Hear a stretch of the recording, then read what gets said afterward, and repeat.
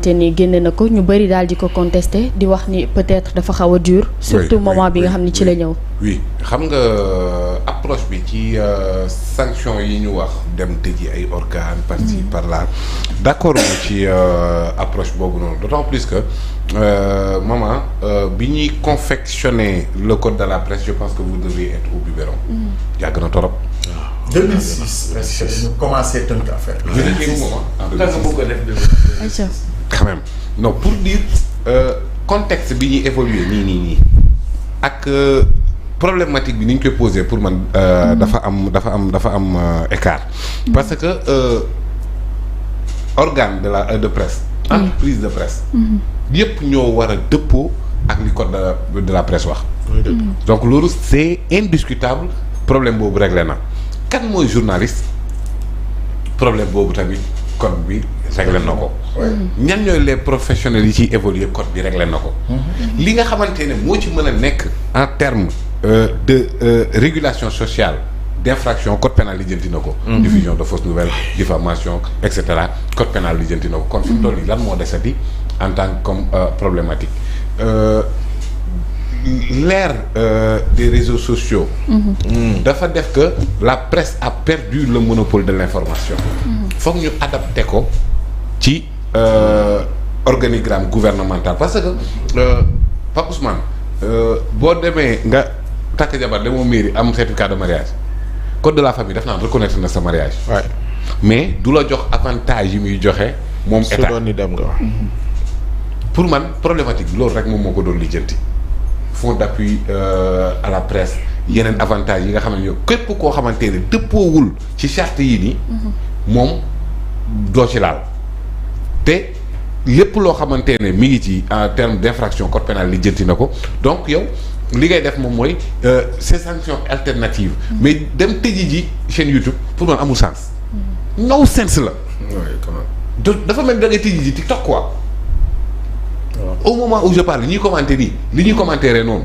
ay chaîne YouTube la comment l'État peut sanctionner ça mënul nekk c'est pas possible maa ngi dégg sama grand Babacar Touré genre am na loo xamante ne xew na récemment ci Ukraine engagé benn sénégalais bu dëkk Koungheul waaye organe bi ko jël da ngeen ko xam benn organe kese moom moo ko jël benn chaîne YouTube locale foofu kooku boo ko naree di ko laaj ay rédacteur en chef bu am xaw ma ñaata année bi day am sens man par exemple bu ma bëggee xam li xew Gaza ak yooyu noonu mais ci YouTube bi ay Gaza ngi lakkale yàlla xew yooyu ngay xool da ngay dem sur TikTok tu vois des citoyens duñ journaliste duñ dara mais ay créateurs de contenu lañ mais ñoom ñoo lay jox la vraie information nii Sénégal bi mu fi nekkee ci guddi yu bët setagul mais la plupart des informations c'était la presse en ligne amuñu ay arrêt d'expérience ci ku mënti doon alors que ñu ngi doon joxe des informations ba sonaloon régime boobu noonu à l'époque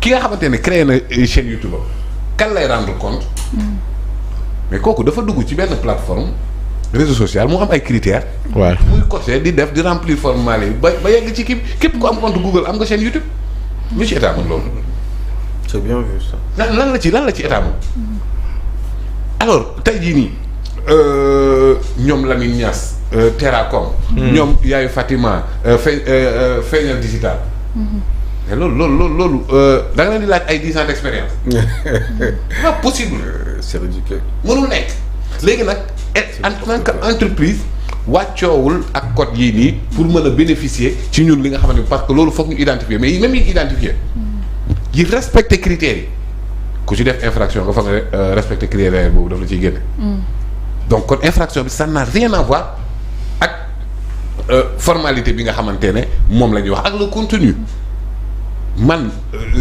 nekkal chaîne bu la neex saaga ma seen ndax du ma la porter plainte bañ a porter waaw kon kay lii réguler le contenu ce n'est pas le contenant mais pas Moussa foofu laa lay rejoindre pour te dire que on a un problème avec le régulateur tey jii CNRA ida yàggul bi ñu ko installé CNRA ñan la mën a contrôler ñëpp ba mu des réseaux sociaux yi. mais loolu moo tax ñu doon nañ dem ci arcade. ba ci presse écrite bi proposé arcade. ba ci presse c'était pour mu jël en compte loolu way régulation de l'audiovisuel lañ la wax.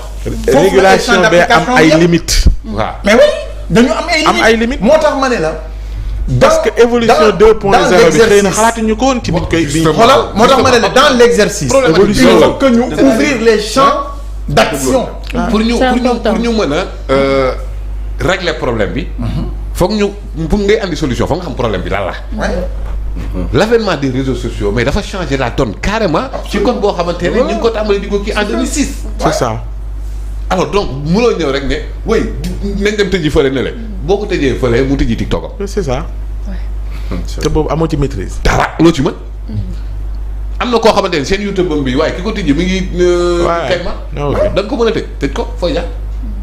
moom wàccoon na ak YouTube bi nga xamante ne tey jii nii moom moo ko permettre mu exprimer li mu soxla tey jii nii la plupart des informations à l'intérieur du pays Pape Ousmane yeggoo fa. waaw Walf yeggu fa, TFM yeggu fa benn chaîne locale Bambey TV moo ñuy wax la xew Bambey. kenn fa xaw a àgg RTS. parfois sax xaw a lay doon.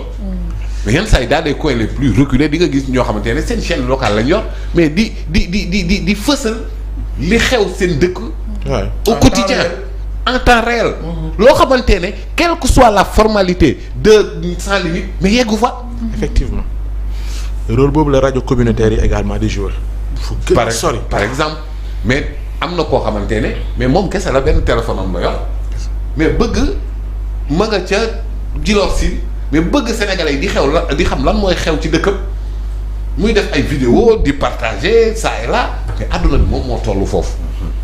pour nga mën a résoudre nag maintenant problématique yooyu noonu du ne dem leen ko tëj mais mënoo tëj lépp bu boobaa lan ngay am mooy loo xamante ne en fait benn ku nekk Allemagne taxaw di menacer d'attentat kooku ngay seeti mais pas chaîne YouTube bi nga mënal dara ce n'est pas négligeable hein si on sait que même le 11 septembre a été confectionné dans les montagnes de Torobora duñ ko jël à la légère mais c'est la personne pas la chaîne YouTube bu tegaloon formalité yëpp respecté lépp ba ministère bi ne ko reconnaître nañ la bu defee loolu dañ ko war a traquer fépp fu mu mënti nekk andi ko teg ko ci yoon donc le contenu li nga xamante ne tey jii nii moom moo révolté sénégalais yi ci wax yu ñaaw ci tegoo dara ci yoon loolu ce n'est pas le contenu ce n'est pas le contenant c'est le contenu. YouTube n'a pas d'âme. Pape Ousmane TikTok mais c'est un objet inanimé. Ils ne valent que ce que valent les personnes qui les animent. entièrement d'accord. comme les institutions rek pas que baax na wala baaxul xamul ki ko yor rek moom moo xam kenn nag mu ngi ciy braqué waate keneen ci mu ngi ciy utiliser pour defar lu baax.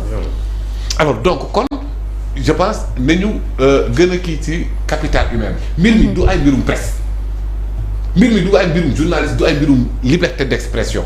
personne amul ku mën a compromettre la liberté d'expression ci monde bi.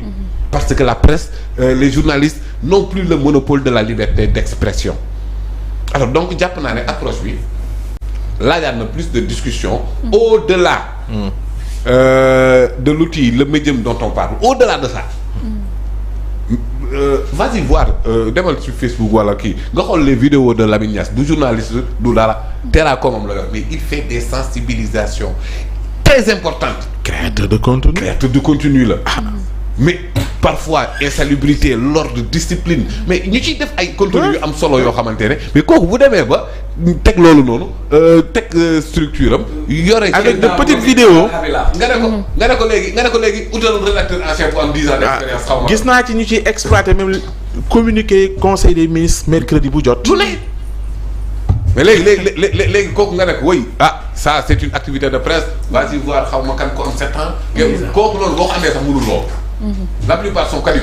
ñoom Pape Ousmane Cissé la. ils sont cadets ils ne peuvent pas se. loolu nga yaakaar. mooy bul tontu day sànni xeer. loolu nga yaakaar. tey jii nii boo andee ñoom Baye Oumar Gueye. objectivement. xam nga live instantané. xam nga en fait àdduna bi li muy évoluer. da ngay méngoog jamono. te à chaque fois dina am. mutation sur le plan social yoo xamante ne day répercuter waat ci diini la plupart des gens que l'on parle là de très grands noms dont vous parlez non li booy mën ci création de contenu mënuñu ko. waaw loolu day am loolu don la. waaw léegi ànd ak li PM wax nag pour yow ñan moo tax ñuy wax nañu ubbeeku. ministre yi wax naa ñu ubbeeku dañuy déglu dañuy parce que en fait moom xam na ne. communiquer ak askan bi moom moo ko teg fi mu nekk d'autant plus que parfois manque de communication yi moom moo doon def l'émergence de désinformation. manipulation nangam moom xam na ni li fonde même son association politique moom mooy di am contact direct ak askanam. proximité à chaque fois que information yow nit ñi di jaax il monte au créneau et il parle avec ses concitoyens alors loolu tey jii nii nag bu demee ba mu am une distanciation j'étais d'accord avec Pape Matar Diallo quand il dit oui waa ji nee nañ la manqué woo après waxuñ la lu manqué foo jaar ak looy defaree c'est pas possible donc kon accessibilité communiquer wax askan bi dina sax une pierre deux coups donner un coup de frein à toutes ces manipulations toutes ces désinformations. Donc foog naa ne daal problématique bi c'est plus profond que ni ñu ko foogee et je pense que ni dem di tëji ce n'est pas la solution ça ne peut pas régler le problème. Au contraire da nga koy déplacer sax ci anam yu gën a compliqué vous vous rappelez Macky Sall ñëw mu ne way yéen de bàyyi leen réseaux sociaux yi ngeen topp di kàcc looloo créé mafia kàcc mafia bee ko fi jëlee.